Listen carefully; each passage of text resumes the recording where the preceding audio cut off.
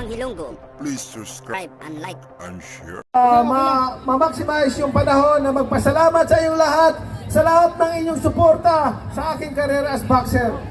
Na kayong lahat nagkaisa para sa isang adikain, isang goal ng karangalan ng ating bansa. Maraming salamat po sa inyong lahat sa buong aking karir ng boxing. Kayo po ay nakasuporta at nagdarasal at nagkaisa. Yan po ay aking talagang taos-pusong pasasalamat habang ako'y nabubuhay. Because without God and without your support, walang Manny Pacquiao. Ang Manny Pacquiao nanggaling lang sa pinakamahirap na sitwasyon ng buhay.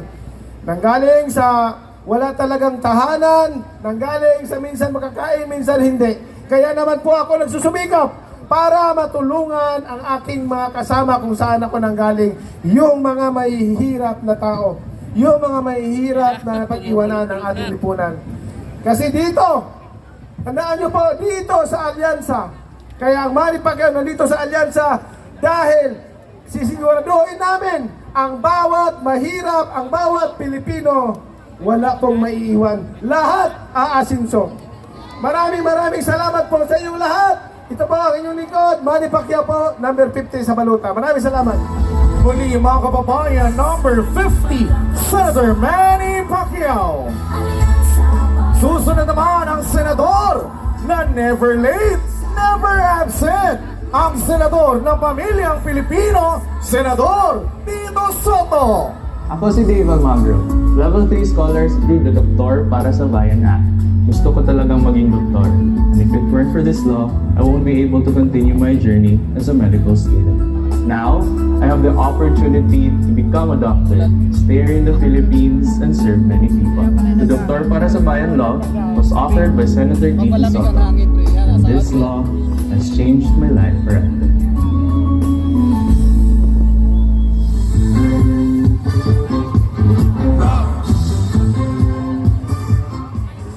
Salamat po.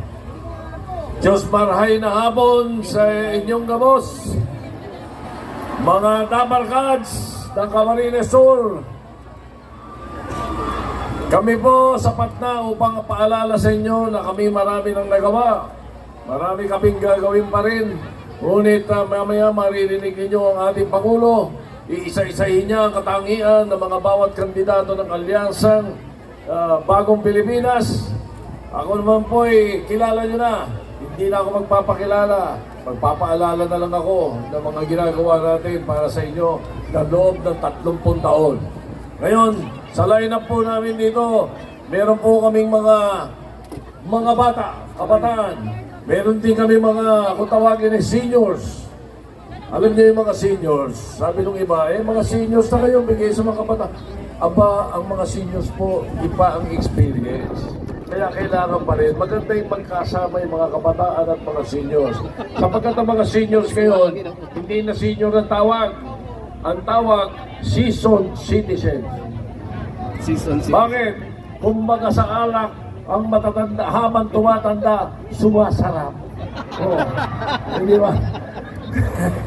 Kaya, yun lang po. Ayokong mabilad kayo masyado. Binabati ko lahat ng payong ng Camarines Sur. At lahat kayo, maraming salamat. Diyos marhay ng hapon na inyong gabos. Mahal po namin kayo lahat. Mabuhay ang Pilipinas, mabuhay ang Camarines Sur. Muli, number 59, Senator Tito Soto. Susunod naman ang senador na abogado, General, Lingkod Bayan at Senate Majority Leader. Ang utol natin sa Senado, ang tol ng bawat Pilipino, Senador Francis Tol Tolentino. Si Senator Francis Tol Tolentino? Tara, makilala ko kayo.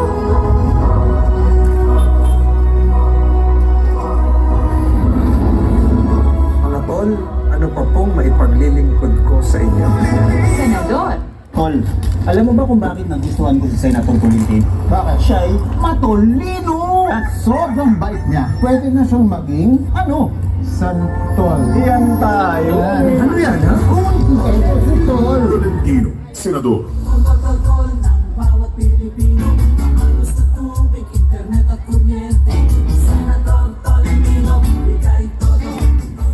Diyos maray na hapon sa Indoga Boss. Alam niyo po, meron akong itatanong sa inyo. Naniniwala ba kayo sa fake news? Kasi ang daming lumalabas ngayon na fake news. Masamang tao raw ako. Alam niyo ba sa Bicol kung ano ibig sabihin ng tol-tol? Sa Bicol, ang ibig sabihin ng tol-tol, mabuting tao. Kaya yung nagsasabing masamang tao ko, fake news po yun. Si Senator Tolentino po, baka hindi nyo alam, pinangaki digdi sa Ginubatan, Albay. Ang mama ko, Tigaligaw. Tigaligaspi, asin Ligaspi. Kaya po ako lagi nagpapasirindigdi sa Bicol kasi mahal ko po ang Bicol. Tinatanong nila kung ano na raw nagawa ko sa Bicol. Kanina po, 3 hours ago, nag-inaugurate po ako ng pinakabagong traffic signal light dito sa Naga. Doon po sa Concepcion Grande, sa Almeda. Makikita nyo po yun ngayon. Sinwitch ko na kanina. Pero bago ko po ituloy ito, gusto ko pong ipakilala, meron po akong 3 tugang na bago. Lahat kayo tugang ko. Meron po akong gustong ipakilala nandito sa kaliwa. Isang estudyante po. Ang pangalan niya si Maria Angelica Rombo. 20 years old, Tiganaga College Foundation, nursing student. At siya po ay tiga Milaor, Camarines Sur. Tayo ka. Siya po ay tinutulungan natin ngayon at malapit na matapos ang problema niya sa internet. Kasi po, pipirmahan na ni Presidente Marcos yung akda ko pong Batas Senate Bill 2966 magbibigay ng internet student discount. Kaya si Angelica ay makikinabang at lahat na po ng mga tugang nating estudyante sa buong Pilipinas. Gusto rin ko pong ipakilala ang isa nating kaibigang rider, si Carlos Bermas, 39 years old, tiga Pili, Camarines Sur. Saan ka siya? Alam niyo po, noong December, muntik na silang hulihin ng LTO kasi temporary license. Wala na po yun. Hinarang na po yun ang tugang ninyo. Ngayon naman po, ang gustong mangyari ni Senator Tol, magkaroon sila ng PhilHealth, magkaroon sila ng SSS, magkaroon sila ng overtime pay para itong mga rider kagaya po ni Carlos ay makinabang din dahil sila ang tumutulong sa ating ekonomiya. Payag ba kayo doon? Ang pangatlo pong tugang ko ngayon, si Marvin Alburo ng Cabalanga, Camarines Sur, isang mangingisda, 2 anak. Ayun siya. Ginawa na po natin ang paraan na sa ating batas ay magkaroon ng sea lanes. Doon lang po dadaan yung malalaking barko para hindi na sila maaksidente at makasigurado po sila na makakauwi sila ng kanilang mga napangisda sa kanilang pamilya. Makikinabang po dyan si Marvin at lahat ng mangingisda sa Pilipinas. Kahit sabihin ng China na kanila ang Palawan, hindi po kanila ang Palawan. Ang Palawan po ay sa Pilipinas at para sa Pilipino. At panghuli po, gusto kong ipaalala sa inyo na si Senator Tolentino po ang may akda ng Senate Bill number 2970 para alisin na yung VAT sa kuryente. Para dito po yung Camarines Sur Electric Cooperative, mura na yung singil sa inyo.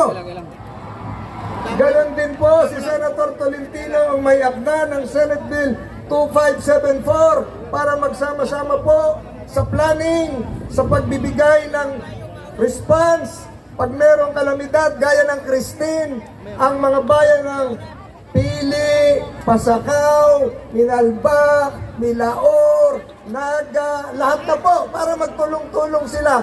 Yung po yung Metro Naga Development Authority na ang may akda, si Senator Tolentino. Mga tugang paligdi sa Bicol, huwag niyo pong kalimutan. Huwag niyo pong kalimutan ang tugang ninyo sa Senado. Senator Tolentino from Albay, mabuhay po ang Region 5. Mabuhay po ang Camarines Sur. Diyos mabalos! Maraming salamat po. Dakulang salamat!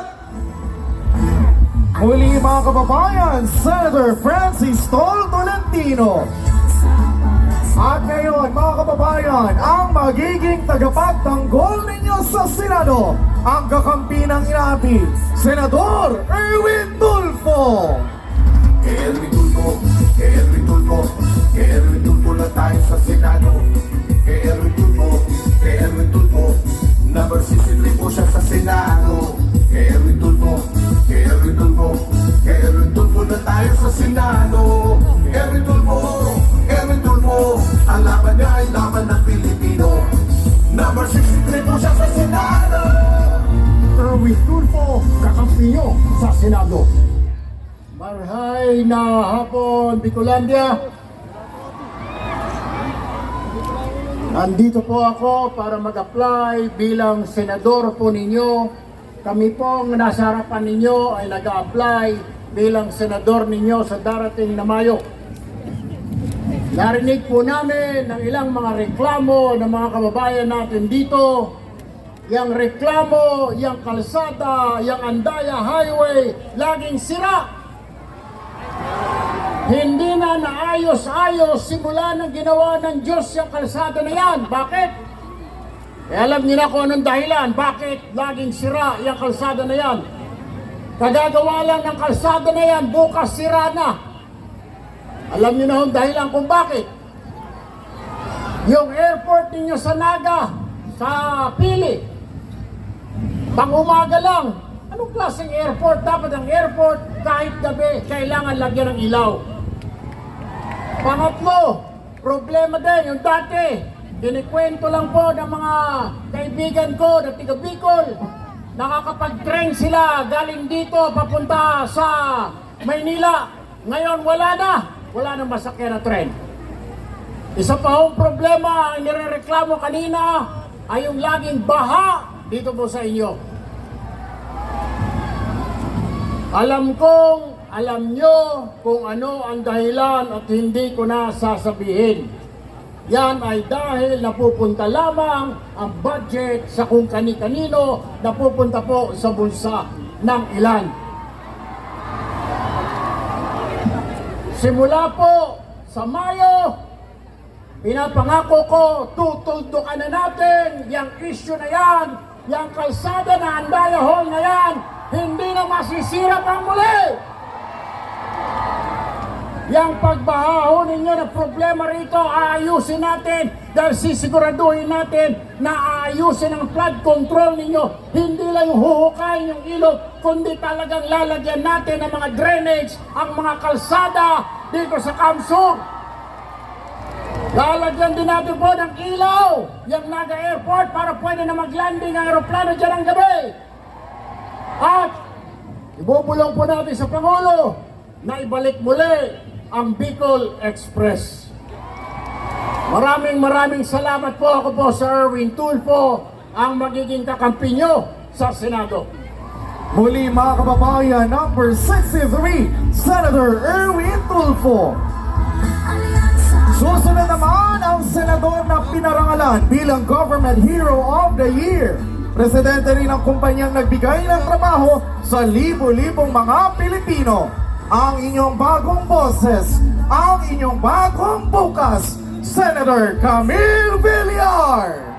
Kami at si Camille Villar, tuloy-tuloy ang tulong hanggang makaahon. Ako po si Norly, anak ko po si Jollibee na napas lang sa